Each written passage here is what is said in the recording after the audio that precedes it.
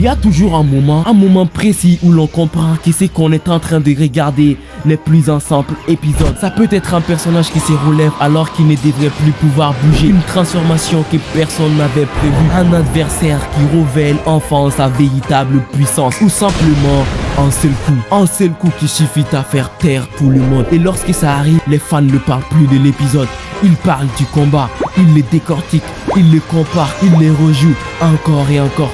Et des années plus tard, il suffit de prononcer deux noms pour que tout le monde sache exactement de quel moment on parle. Parce que certains affrontements ne sont pas faits pour être oubliés, ils sont faits pour devenir des légendes. Et aujourd'hui, on va en revivre 5 combats d'anime qui ont choqué le monde. Accroche-toi bien et n'oublie pas de liker et t'abonner et on est parti.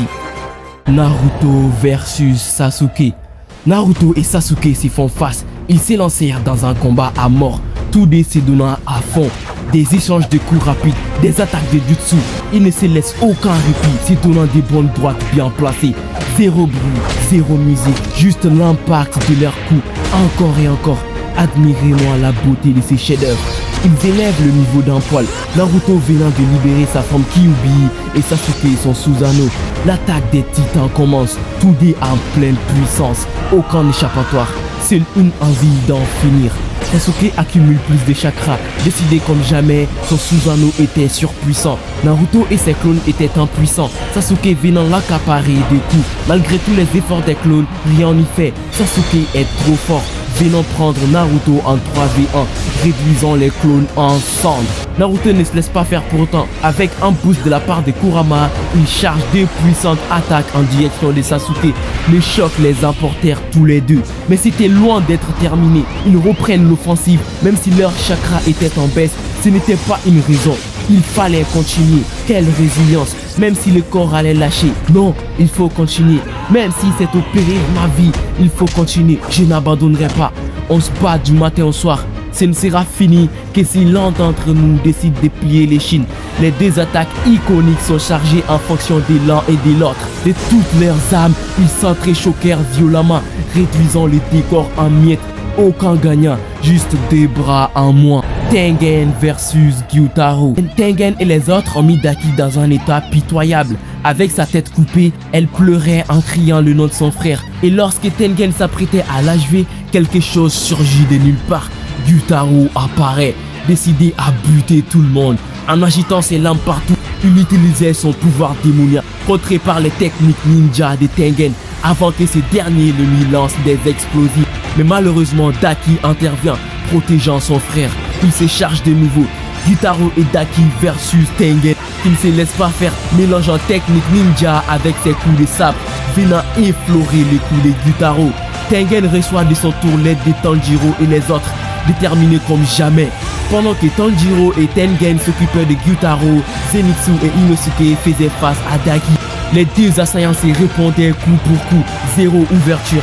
Une des femmes de Tengen lance des kunai vers Gyutaro, laissant une ouverture à Tengen, venant entailler ses jambes. Tanjiro profite de l'occasion pour tenter de couper la tête du démon, mais ce dernier se régénère rapidement et repousse leur offensive. Puis s'attaque à la ninja, sauvée in extremis par Tanjiro. Et une autre change de lui couper la tête, mais encore repoussé par la bête. Décidément, il est incroyable. Pendant ce temps, Tanjiro et les autres mènent une offensive acharnée contre Daki, lui coupant la tête. Mais Gyutaro est là pour sauver sa sœur, venant planter Inosuke. Le désespoir. Le bras de Tengen est coupé et nos héros sont en difficulté. Le village est en feu, tout est détruit, tout le monde est à terre. Ces démons psychopathes s'acharnent sur Tanjiro qui n'a aucune issue, voulant protéger sa sœur à tout prix. Tout n'est pas fini. Tanjiro reprend l'offensive avec une agressivité hors norme, clouant le démon à terre. Zenitsu aussi se releva, assaillant la démon. Il était impossible d'abandonner. Jamais. Il venait avec une rapidité écrasante, couper la tête de Daki qui ne céda pas. Les démons résistent de toutes leurs forces, refusant leur tête d'être coupée. C'est alors là que le Hashira apparaît. Tengen revient à la charge. C'est maintenant ou jamais. Il était temps d'en finir. Après des tumultes échanges de coups entre les deux camps, ils arrivèrent à couper la tête des deux démons en même temps, mettant fin au combat. Goku versus Goma. Goku fait face à la bête, s'apprêtant pour le combat titanesque.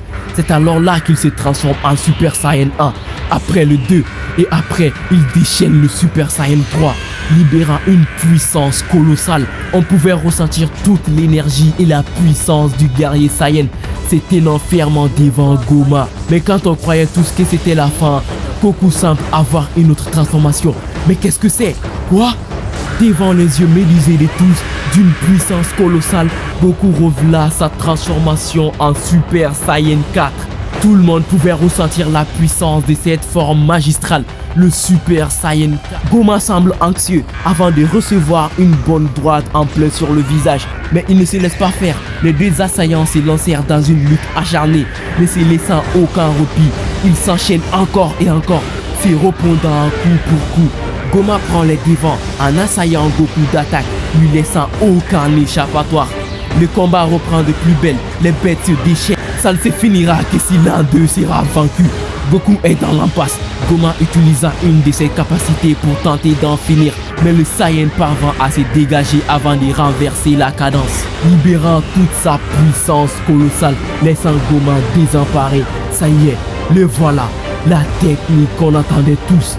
Sa pose iconique, l'attaque la plus puissante de son arsenal, le Kamehameha, l'envoyant vers Goma qui, malgré une défense farouche, le prit de plein fouet, le laissant pour mort. Grâce au pouvoir de son œil, il se régénéra de toutes ses blessures. Dans son dos, à l'aide de seulement quelques coups de livre, on arracha son troisième œil et toute sa puissance disparut instantanément, retrouvant sa forme normale. Jinwoo versus Beeroo. Les rois des fourmis s'avancèrent vers les chasseurs de classe S.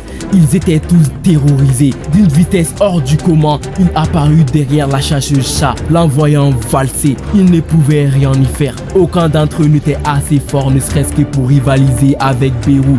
Absolument aucun. Rien ne marchait. Désespoir total. Mais soudain, des ombres apparurent, combattant les fourmis, et derrière eux, Jinwoo fait son apparition, soignant les classes S avant de faire face à la fourmi noire. Jinwoo reçut une bonne droite, mais il l'a presque senti. Avant de s'enchaîner, on pouvait sentir l'impact de chaque coup. Ils frappèrent d'une puissance sans pareil. Beeroo injecta du poison à Jinwoo, mais ce n'était rien pour lui, venant briser les côtes de la fourmi qui révèle sa forme magistrale, décidé à en finir. Alors le combat reprit de plus belle, avec Jinwoo qui ne laissait aucune ouverture à Beeroo, qui ne comprenait rien à ce qui lui arrivait. Voulant fuir, Jinwoo le rattrapa et abatta sa lame sur son corps, le mutilant à mort, mettant fin à ses combats au sommet. Luffy versus Kaido. Tout était calme. Tout le monde pensait Luffy mort, mais soudain, des cheveux blancs apparaissent. Il se tenait debout, libérant une puissance et un haki colossal. Lui-même ne comprenant rien à ce qui lui arrivait. Les 5 doyens reconnurent tout de suite cette forme de Luffy, puisque c'était jadis la forme de leur plus grand ennemi, Joy Boy. C'était le veille du fruit du Gum Gum qui s'avère être un Zoan mythique. Le modèle Nika, le dieu du soleil. Le Gear 5 fait alors son apparition. Le pouvoir était absurde. Attrapant Kaido comme un jouet, il se servait de son corps comme s'il rien n'était. Étendant ses propriétés élastiques, il renvoya le souffle de Kaido contre lui-même. C'était d'un absurde déconcertant. On avait l'impression de voir un perso de cartoon à l'action. Il se servit de Kaido comme d'une corde à sauter et courait dans le ciel avant d'avoir sa tête traversant le plancher. Soudain, il perdit sa forme, se retrouvant fatigué ou pas. Il se releva avec cette pose iconique du Gurdé, relançant le combat de plus belle. L'absurdité était à son comble. Kaido l'enchaînait avec des attaques surpuissantes. Mais rien n'y fait, il se servait du décor comme arme et avait une puissance de frappe hors norme. Kaido se trouvait assailli. Ils revinrent à la charge tous deux. On pouvait ressentir toute l'intensité des coups. Kaido utilisa une attaque de haki surpuissante, mais Luffy est toujours là avant de charger à pleine puissance son Bajran Gun. Mais Kaido lui répond avec sa forme enflammée. Il s'est donné coup pour coup, Kaido attaquant avec son attaque la plus puissante. Mais ce n'était pas suffisant. Le Bajran Gun de Luffy venant écraser Kaido de toutes ses forces, les faisant disparaître dans les souterrains de Wano Kuni, les tirant perdus dans le magma, offrant ainsi la victoire à notre Mugiwara préféré. Et voilà, 5 combats, 5 moments, 5 affrontements qui ont réussi à faire quelque chose que très peu d'animés peuvent accomplir. Alors dites-moi, quel combat mérite selon vous de figurer dans cette liste? Proposez-moi en commentaire. Sur ce, je vous dis à la prochaine, je suis out.